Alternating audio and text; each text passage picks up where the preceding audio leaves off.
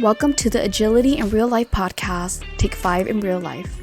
Now your hosts, Mike Studeman and Jeff Lee.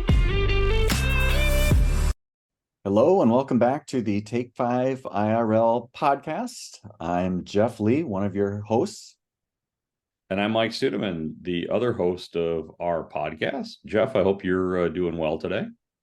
I'm doing really well, Mike. I'm excited to get a little, deeper into thin slices after we had talked about that on a previous episode where we were really kind of breaking down from a development standpoint. How do you get, really skinny and work through the layers that you're putting together, but always get something that works, and take that up to another level of, getting goals, getting pieces of functionality together. And you had an example to walk us through in relation to that. Yeah, I mean, not to set expectations too high here for this episode, but arguably this thin slicing piece and breaking work down kind of logically, it's not going to solve every problem in product development, but it might solve a good number. And it's, I think, one of the crucial practices if you're really going to achieve the promise of any agile framework, whether it be Scrum, Kanban, etc. So the example that I wanted to work through is an application that you and I both hold dear, Netflix. How would we have got through that? Yeah, do you mean the videos or the DVDs that show up in the mailbox?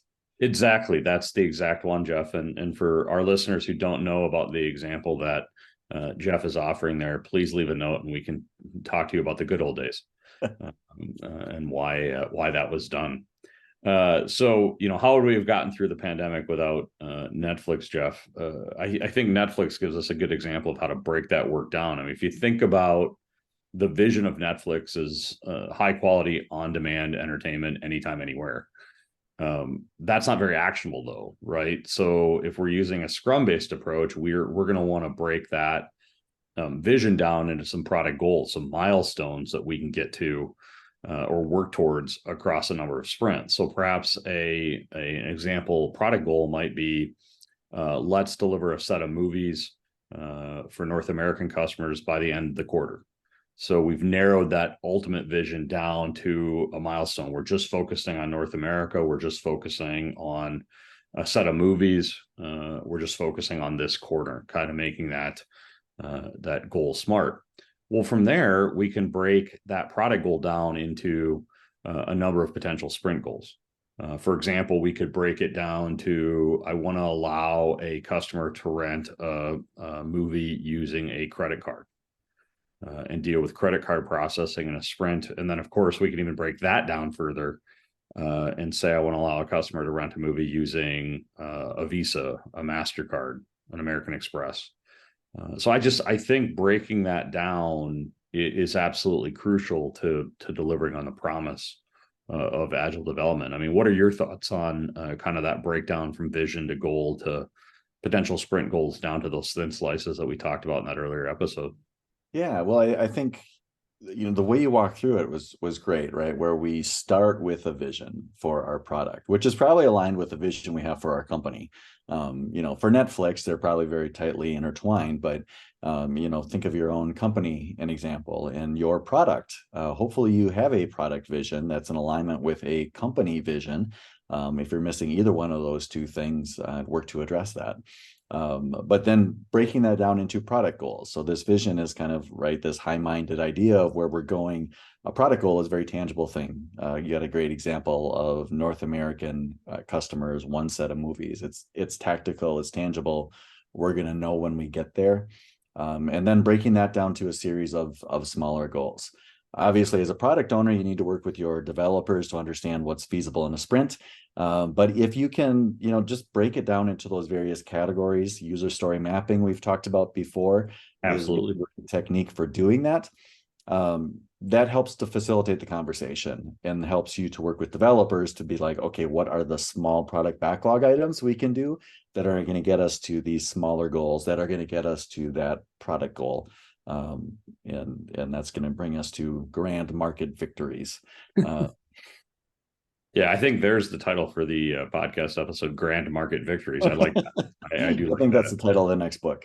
Absolutely. No, one thing that I would add is for the product owners out there, you're almost your own worst enemy sometimes, is saying, well, we have to have all this to release. Yeah, but think about the risk you're taking on by putting all the eggs in one proverbial basket, so to speak. Let's try to get one thing working, demonstrate some competence to our stakeholders, then let's get another thing working and another thing working, breaking that work down and being able to tie it back to that product goal and ultimately that product vision, I think is key to building trust. Absolutely. And as you're doing it, make sure that you're building out this backlog, which is based on these milestones that you've created.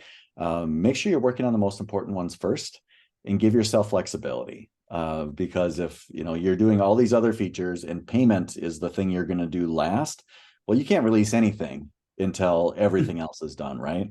If you address payment a little bit earlier, it gives you the flexibility to say, you know what, there's enough going on. Our competition just put a release out.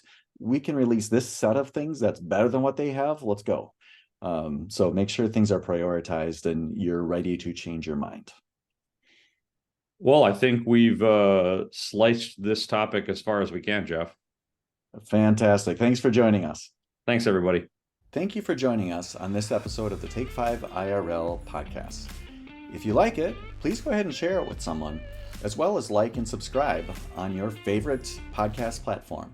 We are available on Apple Podcasts, Spotify, and YouTube. Also, leave us a comment or a suggestion for a future episode. Again, thanks for listening, and we look forward to you joining us next time on the Take5IRL podcast.